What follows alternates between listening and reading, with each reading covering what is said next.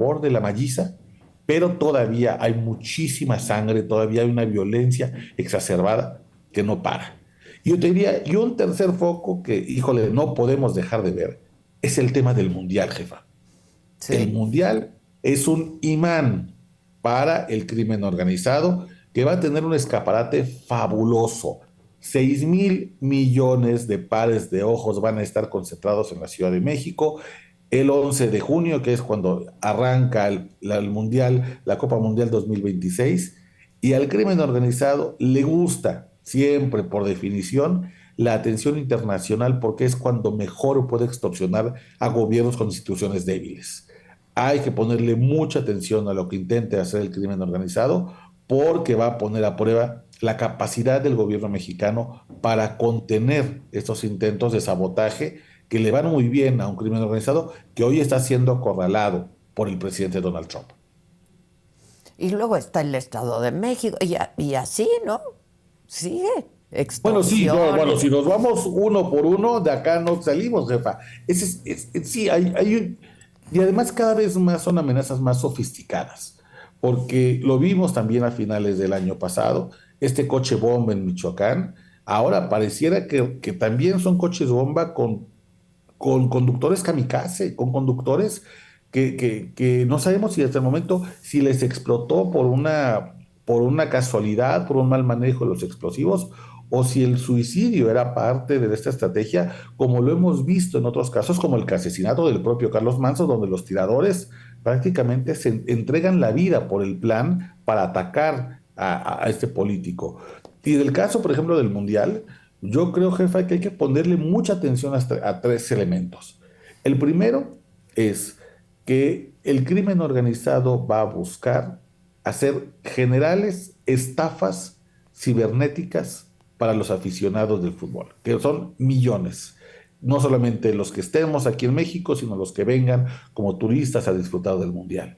Vamos a ver una escalada brutal de sitios falsos que te venden boletos para entrar al Estadio Azteca, que te van a vender boletos VIP para la experiencia, no sé qué, para que veas el mundial en no sé qué lugar súper exclusivo, rifas donde tienes que meter tus documentos y tus datos bancarios para que puedas acceder a no sé qué beneficios y vaya, estos incrementos de sitios falsos donde se utilizan herramientas tecnológicas para poder robarte tu identidad bancaria, usurpar tu perfil, vaciarte la cuenta de banco, clonarte una tarjeta para que puedan ellos hacer compras a partir de sitios fantasma. Esa es la especialidad del cártel Jalisco Nueva Generación.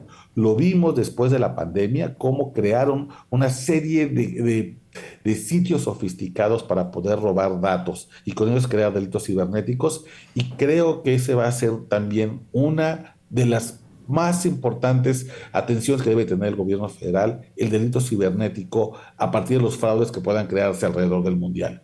El segundo es también cómo a partir del gran volumen de apuestas que vamos a ver en los próximos meses, la necesidad que tenga el propio gobierno mexicano de crear mayores controles contra el lavado de dinero, casinos formales, pero también sitios de apuesta clandestinos, pero también jugadas físicas. Todo va a contribuir a que el propio crimen organizado pretenda blanquear sus ganancias, aprovechando que la gente va a empezar a hacer apuestas como parte de lo atractivo, de la emoción, de la adrenalina, que es ver un partido de fútbol que siempre tiene un resultado incierto. Sí. Y lo tercero, jefe, que me parece también muy, muy importante y muy alarmante, es que no hay que olvidar que México, desgraciadamente, es uno de los tres países más productores de pornografía infantil en el mundo. Sí. Estos son los datos del Senado de la República. A México se le conoce y en algunos lugares como la Bangkok latinoamericana por la cantidad de contenido para adultos que se elabora con menores de edad. Y esto genera un incentivo para que personas que aparentemente disfrutan del fútbol y vienen a ver el ambiente que se genera por la Copa del Mundo, vengan a hacer turismo sexual. Aprovechando que en municipios pues, como Acapulco, como Playa del Carmen, como Cancún, como Puerto Vallarta, como Los Cabos, históricamente en nuestros sitios turísticos se han vuelto lugares muy permisivos para este tipo de actividades ilícitas.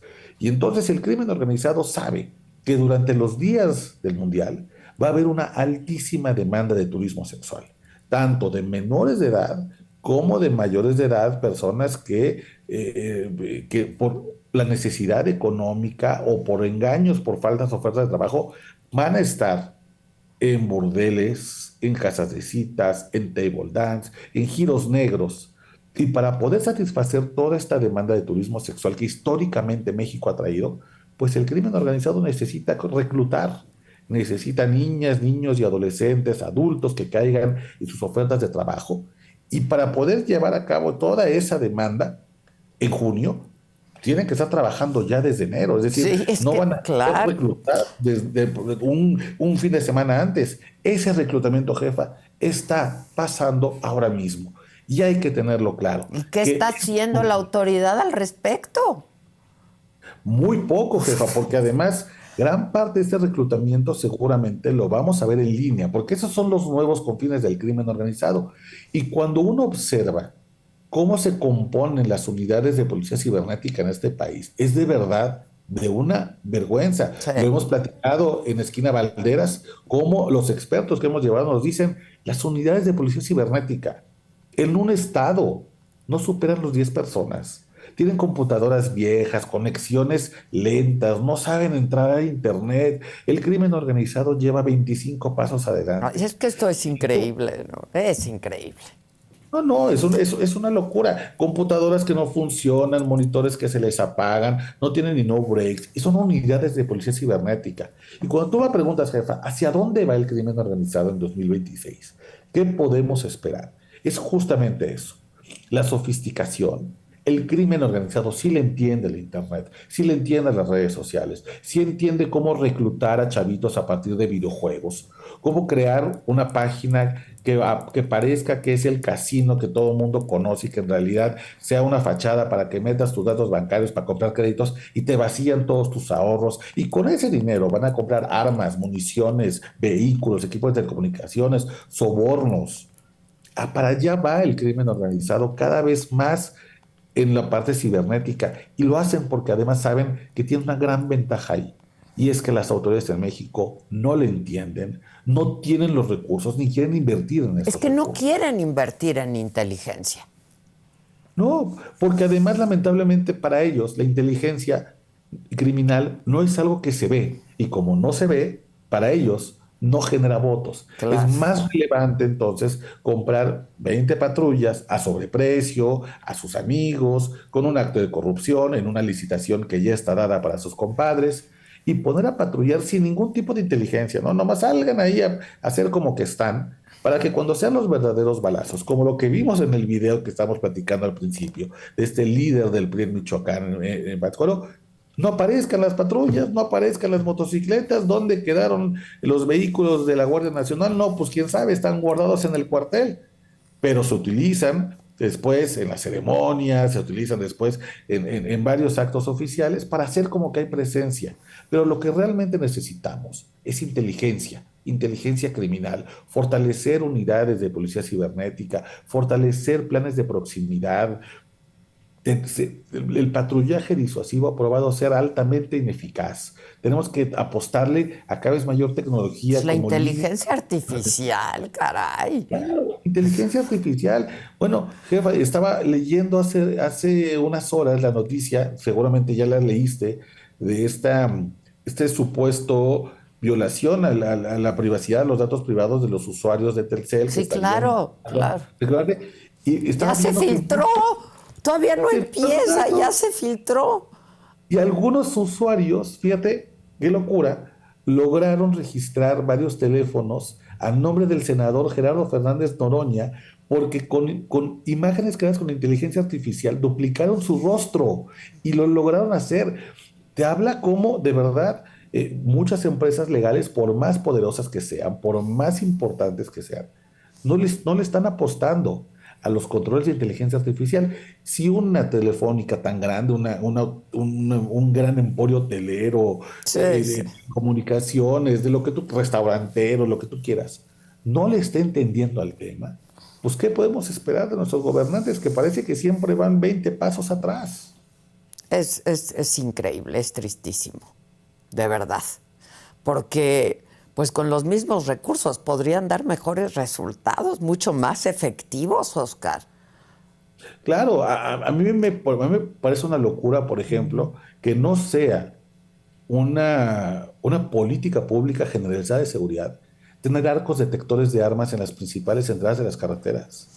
En Torreón, jefa, que es una ciudad que me parece que es un modelo de seguridad, hay unos arcos que detectan que en cuanto pasa un vehículo con un arma, se le identifica a través de una cámara de seguridad. Incluso se le puede ver el rostro a la persona a pesar de que tenga un cubrebocas. Y el protocolo de seguridad en Torreón te indica que no puede pasar más de 1 minuto y medio entre que el arco detector dice en ese vehículo hay un arma hasta que es interceptado por una policía municipal y se le revisa qué arma es, si tiene permiso y si esa persona tiene una orden de aprehensión pendiente o si el vehículo tiene un reporte de robo. Eso es tecnología. ¿Por qué eso no lo tenemos en cada maldita carretera de este país? Sí, sí, sí. ¿Por qué no tenemos inhibidores efectivos de llamadas que salen desde las cárceles de este país, que es de donde salen el 90% de las extorsiones telefónicas y que son causa de que mucha gente pierde su patrimonio, especialmente adultos mayores que se ponen muy nerviosos cuando reciben las llamadas de papá, mamá, Sí, me quieren cualquiera, secuestrar. claro. Y son estos delitos que ya conocemos, que sabemos cómo operan, pero que seguimos permitiendo que estén dentro de nosotros en la cotidianidad de la percepción de inseguridad, porque seguimos sin apostarle a la inteligencia, a la tecnología. Y yo creo que en el fondo tiene una razón de ser, jefa, y es que la tecnología no es sobornable. Sí, claro, claro. O sea, al arco detector no le puedes aventar un billete para que te diga, no, mejor que pase este vehículo con arma y este otro no. No, es un poco lo mismo que me decían algunos elementos de la Guardia Nacional. Uno de las mejores herramientas que tenemos para la detección de drogas en la frontera es el uso de binomios caninos, perros detectores Sí, de sí. drogas. Pues porque al perro no lo puedes sobornar, ¿no? Claro, El perro claro. el perro te va a marcar si hay droga o no. Lo mismo pasa con la tecnología. Yo creo que en el fondo muchos gobernantes no le quieren apostar a los arcos detectores, a los inhibidores, a la detección de rostros.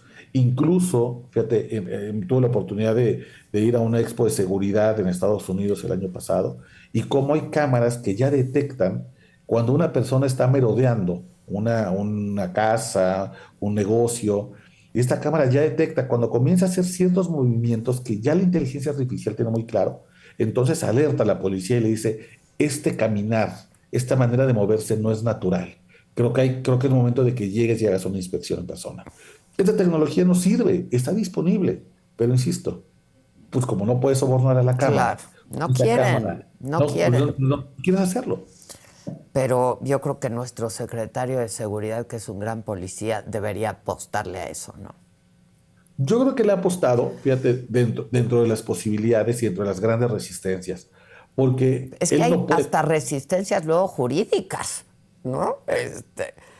Sí, y políticas, fíjate, ahora justamente hablando del tema de que tenemos que ahora vamos a registrar nuestros números telefónicos para que siempre esté vinculada una línea telefónica con una persona, con una identificación oficial, encuentro mucha resistencia por parte de los ciudadanos. Y le entiendo, por supuesto que le entiendo.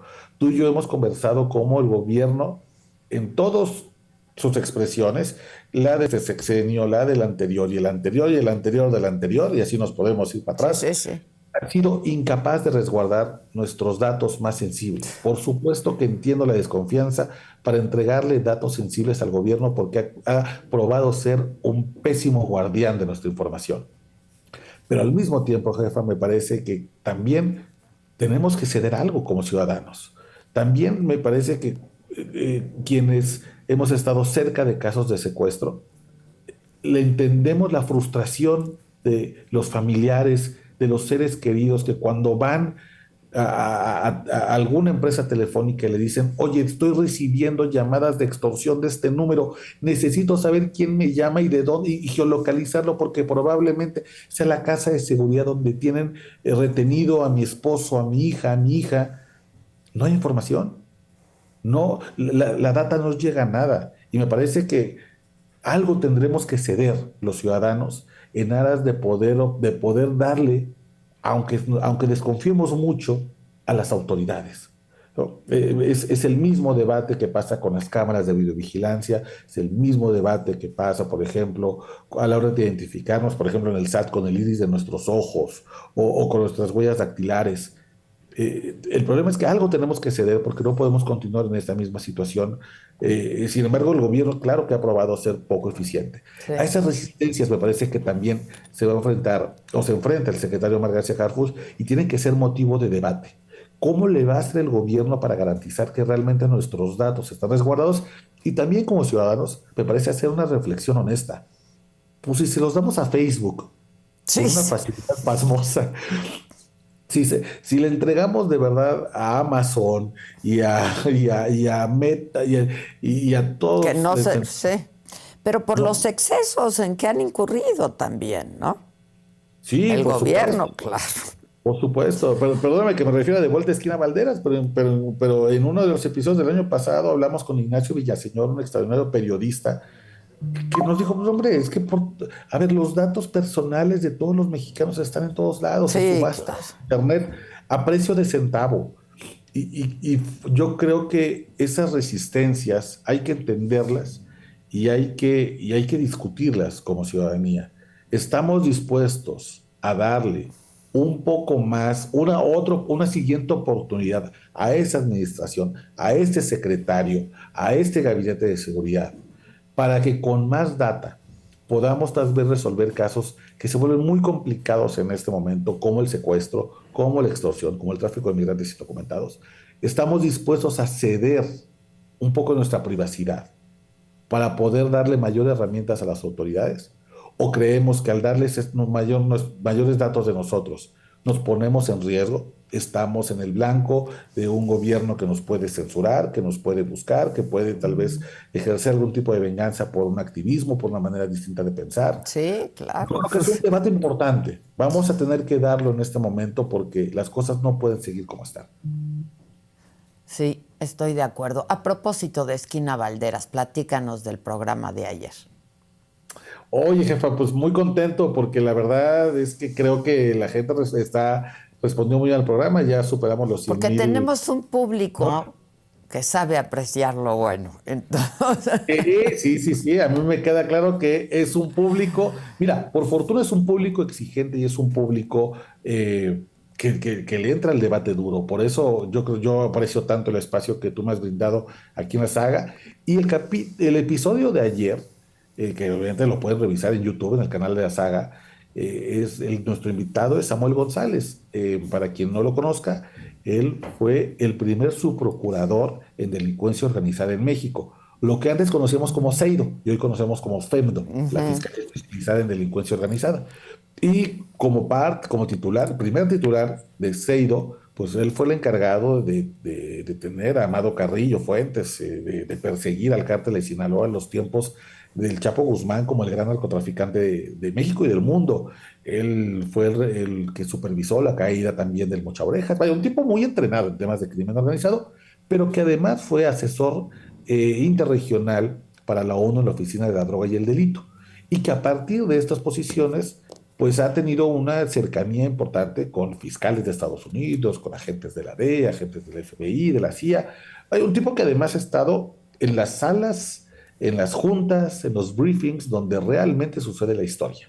Y de acuerdo con Samuel González, que, que de verdad que generoso con su tiempo y con su explicación, lo que vimos el 3 de enero, el ataque a Caracas que culminó con la detención de Nicolás Maduro y su esposa, era, por un lado, un plan largamente comentado, es decir, no era ninguna sorpresa para nadie ni para el mismo Maduro. ni para el mismo Maduro, es decir, había muchas advertencias de que para allá iba a ir Estados Unidos, Pero lo más interesante, jefa, es cómo Samuel elabora que este no es la última fase del plan. Es una fase intermedia que tiene como objetivo la destrucción de los cárteles de las drogas. Y de acuerdo con Samuel y su predicción, que además es muy buena, es muy acertada porque cuenta con elementos de primera mano para hacerla, él cree que a los cárteles en México le quedan no más de 8 años de vida.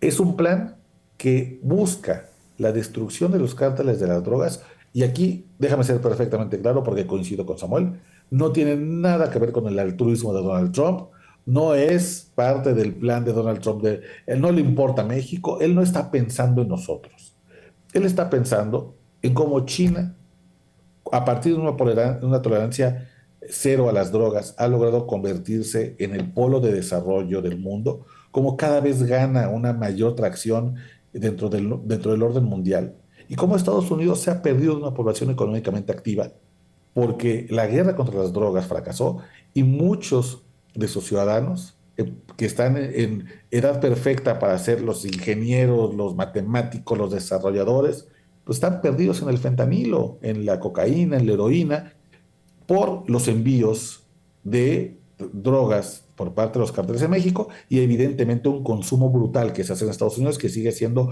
el mercado de drogas más importante del mundo. A partir de ahí, Donald Trump echa a andar, desde que ya está respaldado por MAGA en este segundo término presidencial, el plan de igualar esta política de drogas dura que tiene China en su país, para que la población económicamente activa no esté distraída y entonces todo eso, todos esos jóvenes que hoy están perdidos en la droga, en la próxima generación puedan servir para hacer Make America Great Again. Y de acuerdo con Samuel, esto forma parte de un plan que va mucho más allá de Donald Trump. Es un plan de MAGA, ¿no? De este grupo de derecha muy fuerte, que además, pues de acuerdo con las últimas encuestas, si Donald Trump ya entregara el poder en los próximos 3 años y MAGA pone a un representante, como podría ser el vicepresidente de Estados Unidos o el propio canciller Marco Rubio, ganaría fácilmente y daría continuidad a este plan. Yo les pido que le echen un ojo porque la explicación de Samuel González es estupenda y además abre, jefa, yo no sé si llamarle esperanza, pero sí me parece que abre un escenario de cambio. Un país como México, en el que ya no existen los cárteles, pero no necesariamente esto es una buena noticia. Ah, interesante, porque surgirían otras cosas, supongo. Exacto. No es que nos libremos del todo de la delincuencia y del crimen y de la violencia, simplemente que la que conocemos probablemente no exista más, porque ya no le conviene a Estados Unidos y porque además los cárteles de las drogas, esto lo he insistido muchas veces, no son un error del sistema, son una creación del sistema. Claro. El sistema los creó, los puede destruir. Claro. El problema es qué va a crear en sustitución. Y cuando ya no sea un problema regional y la violencia y el crimen sea un problema enteramente doméstico, enteramente de México con mexicanos y no de mexicanos con estadounidenses, ¿qué vamos a hacer? Sí. ¿Y cómo nos libramos de eso? Muy interesante, como siempre, y como cada semana, los domingos, pero ya lo pueden ver, está en nuestro canal, está en línea, Esquina Valderas. Te mando un abrazo, espero verte por aquí pronto. Nos vemos muy pronto, jefa. Te quiero mucho. Gracias por todo. Te quiero mucho. Gracias, Oscar, querido. Muchas gracias. Gracias. Si no lo han visto, yo la verdad es que llegué ayer y no he tenido oportunidad de verlo, lo veré hoy, pero estos son algunos destacados de el más reciente capítulo de Esquina Valderas. Cuando Estados Unidos desactiva entonces el escudo que protegía a Venezuela, con la ayuda de sus aliados estratégicos como China, como Rusia, en el fondo también es un ensayo sobre cómo desactivar la tecnología que esos mismos países, los hermanos mayores de Venezuela, tienen. Es decir, Estados Unidos ya aprendió cómo puede chingarse a China y a Rusia. En este momento sí. Esa es la fuerza que tiene el gobierno norteamericano en este momento por la teoría del dominó. Estados Unidos no le costó prácticamente nada demostrar su teoría del dominó y cómo van a caer las otras fichas en América Latina. A ver, justo ahí quiero llegar, porque evidentemente en este efecto dominó, Venezuela no es la última ficha en caer. Ese es un Hay dominó. otras adelante que van a caer y que vamos a ver seguramente este año cómo van a empezar a enfrentar a esta